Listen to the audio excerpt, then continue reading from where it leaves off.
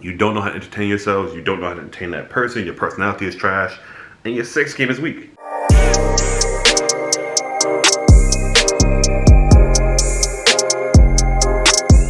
What's going on, everybody? Welcome to Discussion with Dawson. Thank you for joining me here today. If you guys are joining me for the first time, thank you for giving me a chance to make you laugh and give you my insight into fuckery and other things. If you are returning, shout out to you. You guys are amazing. You already know what it is. Sit back, relax, and enjoy. Now, with that being said, today's topic of discussion is the friend zone. I know, the dreaded friend zone.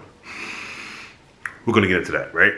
I'm here to tell you what it's like, the myths and the misconceptions. Let's start off with the myth. The myth is once you're stuck in the friend zone, you can't get out, and you're seen as nothing more than just a shoulder to cry on.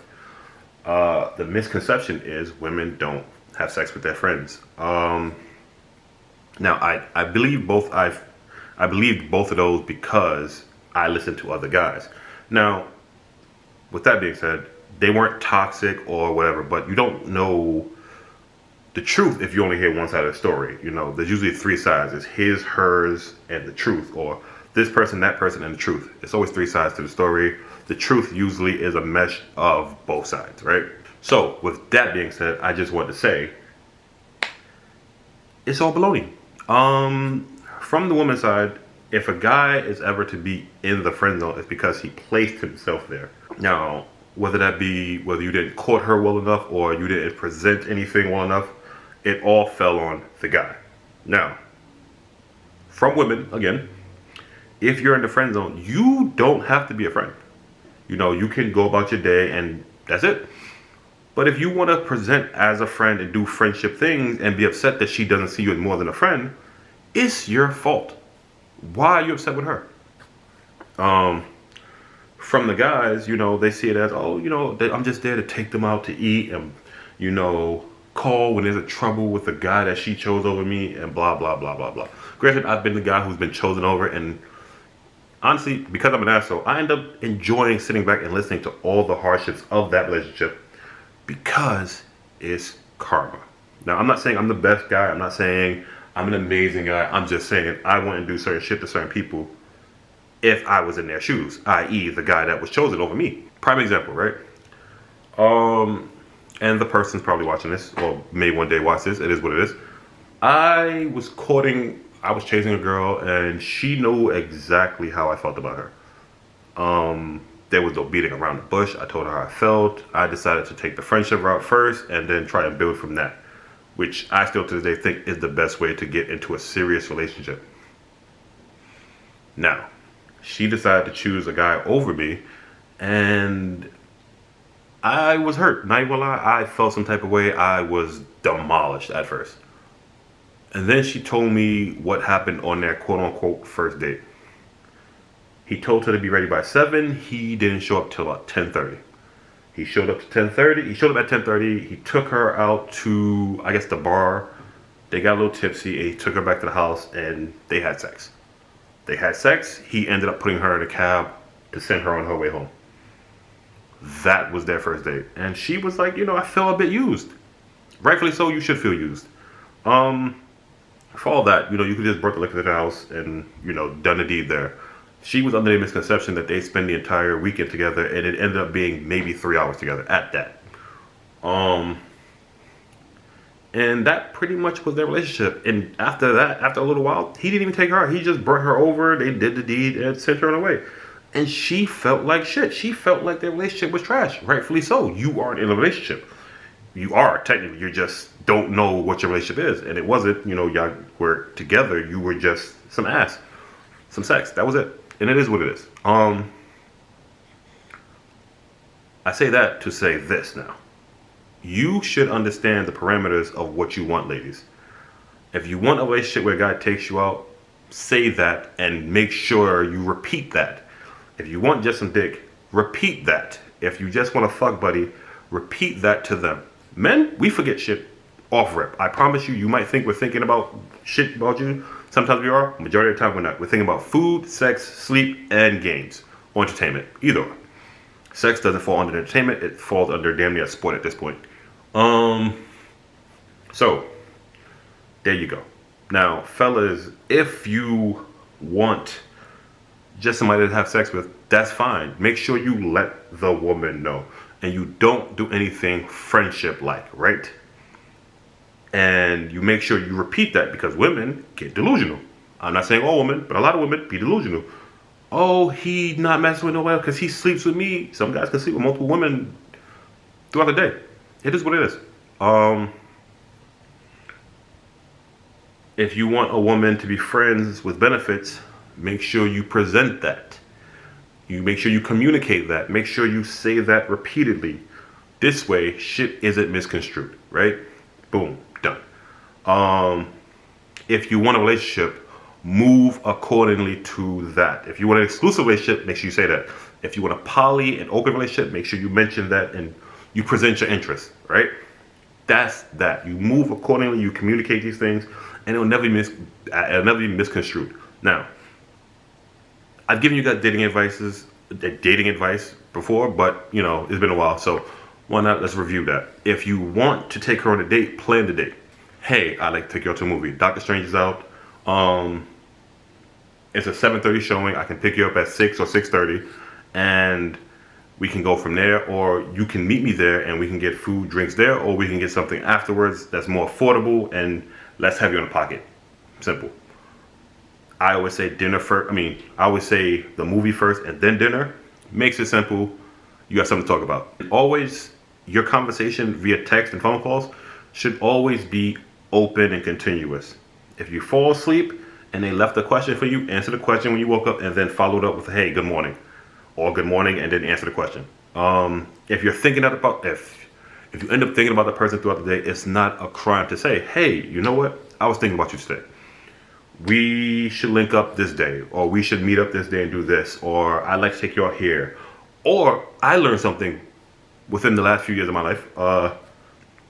Women love to be taken on errands. Hey babe, I'm gonna do some running around. If you wanna join me, I would love that. Don't expect her to say yes, but I'm pretty sure she'll say she'll want to go because she wants to get out the house. Women love getting out the house and doing shit. Women love to be in the passenger seat, just giddy as shit. They like to see you moving around and making shit happen. You don't have to be around your woman all day. You don't have to be around the woman you are interested in all day. But constant communication is a thing. A lot of us don't realize how important communication is. In fact, I gave a guy some advice on how to get a girl, right? And he's probably watching this. I told him he should, and I quote, pick somewhere he wants to eat and tell her, hey, I'm interested in you and I'm interested in getting to know you better, and I want to go out to this place that I've seen, this new restaurant. Would you like to go out there with me? She agreed. She took him on the date.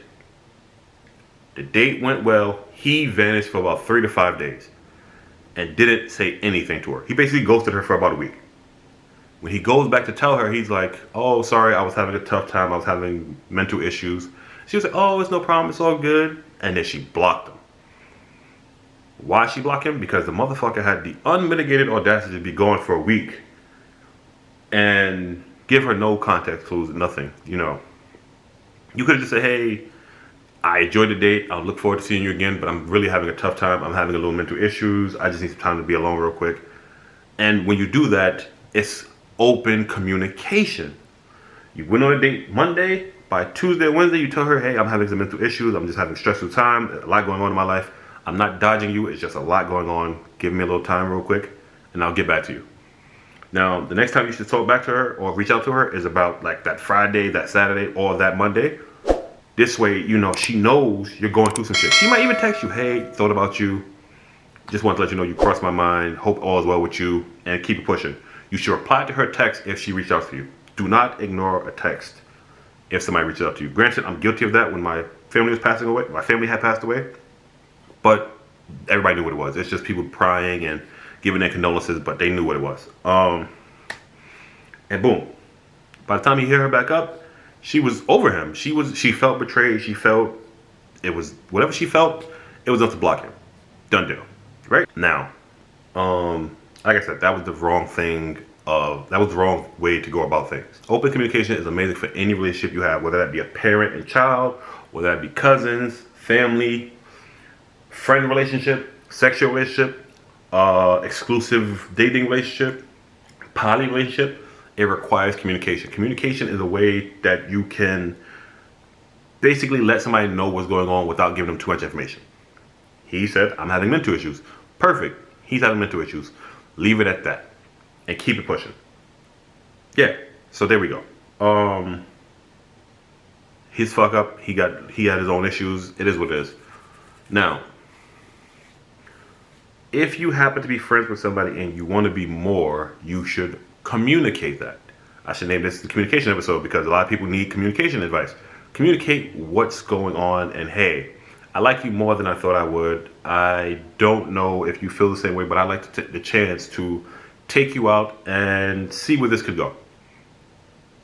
Yes, I like this to be viewed as a date because I like you more than I thought I would. And boom. See where it goes. They'll either say yes, they'll either say no. Done deal. But yeah. The friend zone is a myth, basically. I don't want to say I've escaped it or anything like that, but I definitely progressed from that with a friend of mine and things happened and that was that. Women, for the guys that don't know, women fuck friends. Some of them have girls that they mess around with. It is what it is. You guys seem to think that because you're a nice guy or because you are what you think they need, that they should be, oh yes, let's be together, and it's not the case. Some of you guys just want to fuck and you don't know how to say that, or you don't know how to, be honest with yourself. Some of you guys think that they should just come out of their shell and throw their pussy at you. You think you're that guy, and honestly you're not. It's okay. You are not that guy. You aren't any kind of way that guy.